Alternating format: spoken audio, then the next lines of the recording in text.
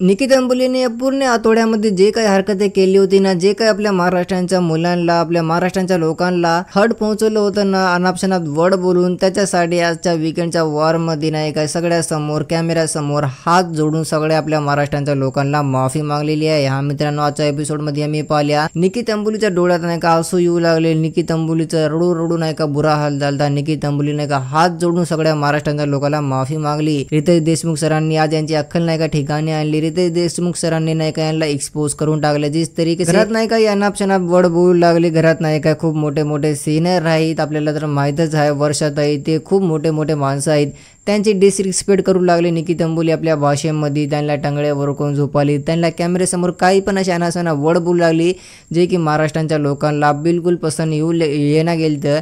म्हणून नाही काच्या वीकेंडच्या वॉरमध्ये नाही का आपली पब्लिक डिमांडसाठी रितेश सरांनी नाही का निकीची जमकर क्लास लावली आणि निकीनं ते गलती ॲक्सेप्ट केली। फायनली निकीनं सगळ्यासाठी हे म्हणले की प्लीज मला सगळ्या जगह माफ़ करावे, हाँ माझी गलती होती, मी स्वीकार केलेलं आहे, आता प्लीज मला माफ़ करून टाकावे। मीने जे काही वर्ड बोलले मला प्लीज याच्यासाठी माफ़ करा, यापुढे मी असे वर्ड नाही बोलणार आहे असं निकीनं वादा केलेला। आता बघावं निकी आपल्या वादावर काय थांबणार आहे की नाही।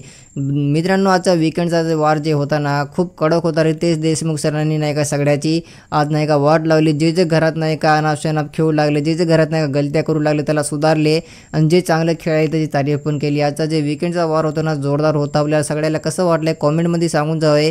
जर तुम्ही व्हिडिओवर नवीन आहात तर व्हिडिओला लाईक करा आणि चॅनलला सबस्क्राईब करावे। आपल्याला इथं सगळे बिग बॉसचे अपडेट मिळणार आहेत।